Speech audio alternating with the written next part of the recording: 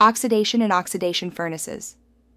Oxidation is a critical thermal process in semiconductor manufacturing, primarily used to grow silicon dioxide, or SiO₂, on the surface of silicon wafers. This thin oxide layer serves multiple functions. First, it acts as an insulator, preventing unwanted current flow between components. This insulating property is crucial for creating reliable transistors and capacitors in integrated circuits. Second, the oxide layer provides surface protection, guarding the underlying silicon from contamination and mechanical damage during subsequent process steps. Additionally, oxidation plays a major role in process control. The thickness, uniformity, and quality of the oxide layer can influence electrical characteristics such as threshold voltage and leakage current. Therefore, precision control of oxidation conditions, temperature, time, and ambient gas is essential. This process enables advanced technology nodes, supports quality control, and forms a foundation for many downstream steps in device fabrication. What is oxidation in semiconductors? Oxidation in semiconductors is a high-temperature chemical process where silicon reacts with oxygen to form silicon dioxide or silicon dioxide. This reaction occurs at temperatures ranging from 800 degrees Celsius to 1200 degrees Celsius and results in thin, uniform oxide layers on the surface of silicon wafers. The process begins by placing the wafer in an oxidizing atmosphere, often using dry oxygen or water vapor. Oxygen atoms then diffuse through the surface and react with silicon atoms, forming a protective silicon dioxide layer. This oxidation layer is essential for multiple reasons. It provides electrical insulation, preventing current leakage between adjacent circuits. It also offers surface protection against contamination and physical damage. In transistor design, the oxide acts as a gate dielectric, which is critical for switching behavior. Additionally, oxide layers are used for process masking, helping to control doping and etching locations.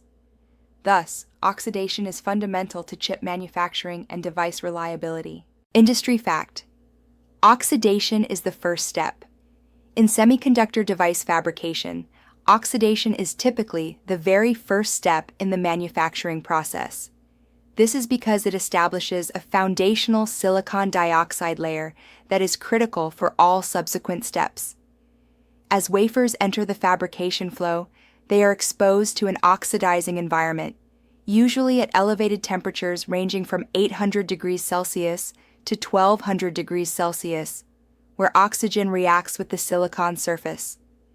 This reaction forms a uniform and stable silicon dioxide layer that serves as a barrier, mask, or dielectric, depending on the application. Starting with oxidation ensures that the wafer surface is properly insulated, protected, and preconditioned for advanced processes such as ion implantation, photolithography, and thin film deposition.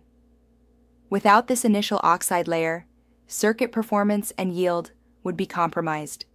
So, oxidation not only kicks off the device fabrication sequence, it also sets the tone for quality, precision, and functional success throughout the manufacturing line. The oxidation process, step-by-step manufacturing mechanism. The oxidation process in semiconductor manufacturing involves 4 key steps that work together to form a precise silicon dioxide layer on a wafer. First is heating. The wafer is placed in a furnace and heated to a high temperature between 800 degrees Celsius and 1200 degrees Celsius. This thermal environment is essential for enabling the chemical reaction to occur efficiently and uniformly across the wafer surface. Next is gas introduction. In this step, either dry oxygen or water vapor is introduced into the furnace chamber. These gases flow over the heated wafer, setting the stage for oxidation to begin. The third step is the reaction. Here, silicon atoms on the wafer surface chemically bond with oxygen atoms to form silicon dioxide, or silicon dioxide. The reaction follows a simple formula. Silicon plus oxygen yields silicon dioxide. Finally, we reach layer growth. As the reaction proceeds, a thin and uniform layer of silicon dioxide forms and gradually thickens over time, depending on temperature, duration, and gas concentration. Each step is critical to achieving a high-quality oxide layer that meets the demands of advanced chip manufacturing. The oxidation process: mechanism, parameters, and growth behavior. The oxidation process in semiconductors is governed by a distinct growth mechanism. Initially, oxygen molecules must diffuse through any existing oxide layer to reach the silicon surface. Once there, an interface reaction occurs, where silicon atoms bond with oxygen to form silicon dioxide. This reaction is represented by the equation silicon plus oxygen produces silicon dioxide. As the oxide layer thickens, the process becomes self-limiting, meaning growth slows down because oxygen must travel farther through the existing oxide to reach the silicon underneath. Several key parameters control oxidation. Temperature typically ranges from 800 degrees Celsius to 1200 degrees Celsius, while time can span from 30 minutes to 8 hours. The oxide thickness achieved can vary from as thin as 10 nanometers to over 1,000 nanometers, depending on the requirements. In terms of growth characteristics, the process starts with fast and linear growth. However, as the oxide layer becomes thicker, growth slows and follows a parabolic rate. This behavior reflects the increasing diffusion resistance, which is why oxidation time must be carefully optimized for each device layer. Types of oxidation: dry versus wet oxidation methods. In semiconductor manufacturing, two major oxidation methods are used: dry oxidation and wet oxidation. Dry oxidation occurs in a pure oxygen environment, where silicon reacts directly with oxygen gas to form silicon dioxide. According to the reaction, silicon plus oxygen produces silicon dioxide. This method is known for producing a high-quality, dense oxide layer, but it has a relatively slow growth rate. The temperatures required for dry oxidation typically range from 1,000 to 1,200 degrees Celsius. On the other hand, wet oxidation uses a water vapor environment. With the reaction, silicon plus 2 molecules of water produces silicon dioxide plus 2 molecules of hydrogen. The presence of steam significantly accelerates the oxidation process, allowing for a faster growth rate. Additionally, wet oxidation can be carried out at lower temperatures, generally between 800 to 1,000 degrees Celsius. While wet oxidation provides speed and efficiency, it results in a less dense oxide compared to dry oxidation. Each method offers distinct trade-offs depending on the desired film characteristics and process requirements. Detailed comparison: dry versus wet oxidation. When comparing dry and wet oxidation methods, the key differences lie in growth rate, oxide quality, ideal use cases, and the inherent trade-offs. Dry oxidation has a much slower growth rate, ranging from 0.1 to 1 nanometer per minute. In contrast, wet oxidation offers a significantly faster growth rate of 1 to 10 nanometers per minute. However, this speed comes at the cost of oxide quality. Dry oxidation produces extremely high-quality oxide layers, ideal for applications like gate oxides and transistors. Wet oxidation, on the other hand, results in lower-quality oxide, but it's well-suited for growing thick isolation layers where speed and volume matter more than precision. Dry oxidation is best used for thin, critical layers that require maximum reliability and electrical integrity. Wet oxidation is preferred for thick oxides needed for isolation. The trade-off boils down to speed versus quality and quality versus time. Ultimately, the choice between dry and wet oxidation depends on application-specific needs and the balance between process throughput and device performance. Oxidation furnaces overview. Oxidation furnaces are specialized thermal systems designed specifically for silicon oxidation in semiconductor manufacturing. These furnaces provide a precisely controlled high-temperature environment, typically ranging from 800 to 1,200 degrees Celsius, which enables the formation of silicon dioxide layers on wafer surfaces. The furnace ensures a clean and stable atmosphere to prevent contamination during processing, which is critical for high-yield semiconductor fabrication. These systems are capable of both batch processing, where multiple wafers are oxidized simultaneously, and single wafer processing for advanced high-precision needs. Key components include the furnace tube, usually made from quartz, which serves as the main reaction chamber. A heating system, often resistive or using radio frequency, ensures uniform temperature distribution. The gas system controls the delivery of oxygen or water vapor depending on whether dry or wet oxidation is required. Finally, a sophisticated control system, typically PID-based, regulates the temperature with high precision to ensure consistent process results. This combination of thermal control and clean gas delivery makes oxidation furnaces essential tools in modern semiconductor device manufacturing. Oxidation furnaces. Overview, basic operation and benefits. The basic operation flow of an oxidation furnace involves 4 precise and automated steps to ensure effective silicon dioxide growth. First, wafers are loaded into the quartz furnace tube. This is called wafer loading. Next is the temperature ramp phase, where the system gradually heats to the target range, typically between 800 and 1200 degrees Celsius. Accurate thermal ramping is essential to prevent thermal shock and ensure uniform oxide growth. Once the desired temperature is reached, the gas introduction phase begins. Oxygen gas or water vapor is introduced into the chamber, depending on whether dry or wet oxidation is being performed.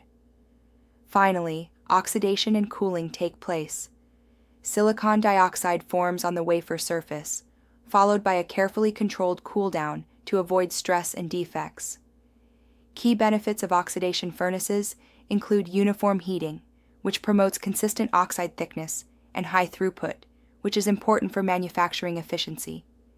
These systems also ensure reproducible results due to tight process control and enable process automation for reliability and scalability. The use of ultra-pure gases in a clean environment, combined with plus or minus 1 degrees Celsius temperature accuracy, ensures a high-performance and contamination-free oxidation process. Vertical versus horizontal furnaces. When comparing vertical and horizontal oxidation furnaces, several key differences emerge that affect performance, cost, and application suitability. Vertical furnaces are considered the modern industry standard, offering superior process control and automation. They provide exceptional wafer uniformity, with variation as low as plus or minus 1% across the wafer. These systems also support high capacity, handling batches of 25 to 200 wafers, and offer clean processing environments thanks to load lock configurations.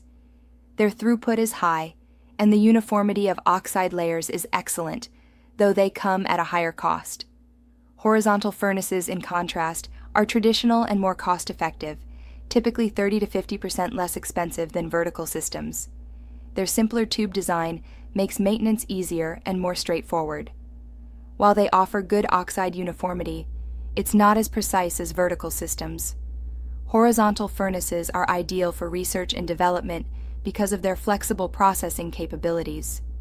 Throughput is moderate, but their low cost and simplicity make them attractive for smaller-scale operations or early-stage process development.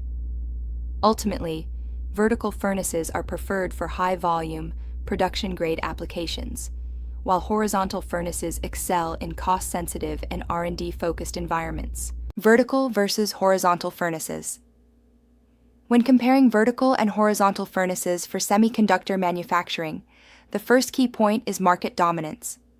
Vertical furnaces currently lead the industry, occupying about 80% of modern fabrication facilities. This dominance is not only established, but also growing, indicating a clear shift toward vertical systems due to their advantages in handling larger wafers and supporting automation. In terms of best applications, vertical furnaces are ideal for high-volume production environments, particularly for 300mm wafers. They are optimized for throughput and cleanroom efficiency. In contrast, Horizontal furnaces are better suited for research and development where flexibility and smaller batch sizes are critical. Finally, selection criteria include wafer size, where vertical furnaces are preferred for wafers 200 millimeters and above. They also excel in high-volume production. On the other hand, horizontal furnaces are favored when budgets are tight or R&D adaptability is needed. Process parameters and control. Successful oxidation in semiconductor manufacturing requires tight control of two critical process parameters: temperature and time. Oxidation typically occurs within a temperature range of 800 to 1200 degrees Celsius. For dry oxidation, the preferred range is 1000 to 1200 degrees Celsius, while wet oxidation is performed at slightly lower temperatures between 800 and 1100 degrees Celsius. Maintaining a consistent ramp rate, typically between 5 to 10 degrees Celsius per minute, is vital to ensure uniform oxide growth. A deviation beyond plus or minus 1 degree Celsius can significantly impact process outcomes. Monitoring tools such as pyrometers and thermocouples are used to track and control temperature accurately. Timing is equally important. Ramp-up periods usually take 30 to 60 minutes, followed by an oxidation phase lasting from 1 to 8 hours, and ending with a cool-down phase of 2 to 4 hours. Key factors influencing this process include desired oxide thickness, the temperature profile, and diffusion kinetics, which determine how quickly oxidants penetrate the silicon surface. Process parameters and control. Gas atmosphere and real-time monitoring are essential to achieving high-quality thermal oxidation. In dry oxidation, oxygen purity must be extremely high, at 99.9999%, with a controlled flow rate of 1 to 5 liters per minute. For wet oxidation, water vapor between 95 to 100 degrees Celsius is introduced, carried by nitrogen or oxygen gases. Regardless of method, maintaining ultra-pure gas conditions is non-negotiable to avoid defects and impurities in the oxide layer. Monitoring systems play a key role in ensuring process consistency. Real-time data collection, alarms, automatic controls, and data logging form the backbone of modern oxidation systems. These tools track quality metrics such as uniformity, which should remain within plus or minus 2%, and oxide thickness accuracy within plus or minus 5 angstroms. A high-quality silicon oxide interface is also critical. Closed-loop feedback control systems are employed, where sensors provide input to a controller that adjusts actuators. These systems may use traditional PID control or advanced AI and machine learning algorithms. Applications and benefits. Thermal oxidation plays a critical role across multiple applications in semiconductor manufacturing, delivering both functional and protective benefits. First, in device isolation, oxidized regions electrically separate components on a chip, preventing crosstalk between adjacent devices. This helps ensure signal integrity. The oxide layer also supports very low leakage currents, less than 10 to 12 amperes per square centimeter, and maintains high breakdown voltages above 10 megavolts per centimeter, which is crucial for preventing electrical failure. In the transistor gate stack, gate oxide layers typically range from 1 to 5 nanometers in thickness. These ultra-thin layers provide high dielectric strength for effective insulation, and low interface state density ensures minimal defects at the silicon oxide boundary. Finally, oxidation provides surface passivation, forming a protective barrier over active silicon. This layer blocks environmental contaminants like moisture and oxygen, acting as a chemical and environmental shield. Overall, this improves long-term device reliability and significantly extends operational lifetime in challenging conditions. Applications and benefits. Oxidation offers a wide range of benefits in semiconductor manufacturing. From a manufacturing standpoint, it delivers excellent process control, allowing precise control over oxide thickness. The process is scalable through batch processing, which supports high-throughput operations. It's also cost-effective, thanks to relatively low material consumption, and it's a mature technology, well established and understood across the industry. In terms of performance, Oxidation reduces leakage by up to 99.9%, enables high breakdown voltages, and provides excellent interface quality with uniformity held within plus or minus 2%. These metrics contribute to an overall quality score that reflects industry-leading reliability. Oxidation also plays a critical role across different technology nodes. In advanced nodes like 5 nanometer and below, it supports ultra-thin gate oxides. For mature nodes like 28 nanometer or 65 nanometer, thick isolation oxides are used. It also serves specialty applications in power, RF, and automotive. Industry-wide, oxidation underpins a $500 billion semiconductor market spanning consumer electronics, automotive, data centers, and IoT applications. Future trends and innovations. The future of oxidation technology in semiconductors is advancing rapidly along a multi-decade innovation timeline. In 2024, current capabilities focus on digitalization and baseline automation. By 2027, AI and machine learning will be fully integrated, enabling advanced control systems that include predictive analytics to anticipate faults, auto-tuning mechanisms that dynamically adjust process parameters, and robust defect prevention protocols. These AI/ML enhancements aim to improve yield, reduce cycle time, and enable faster process development. Moving forward, material innovation plays a key role. High-key dielectrics offer better gate control in transistors.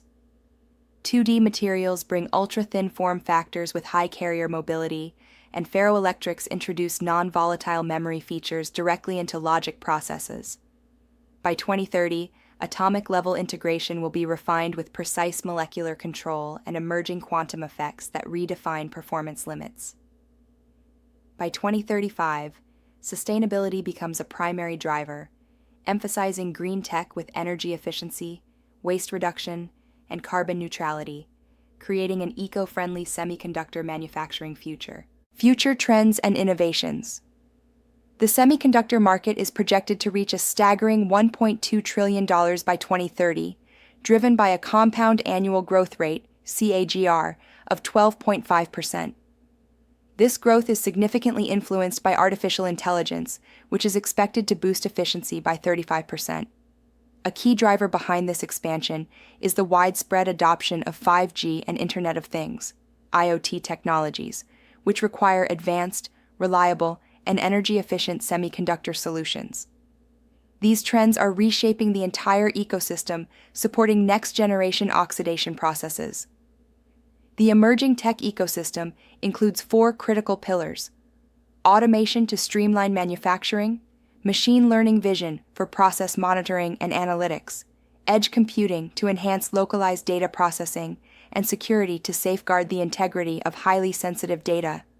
Together, they enable unprecedented control and flexibility.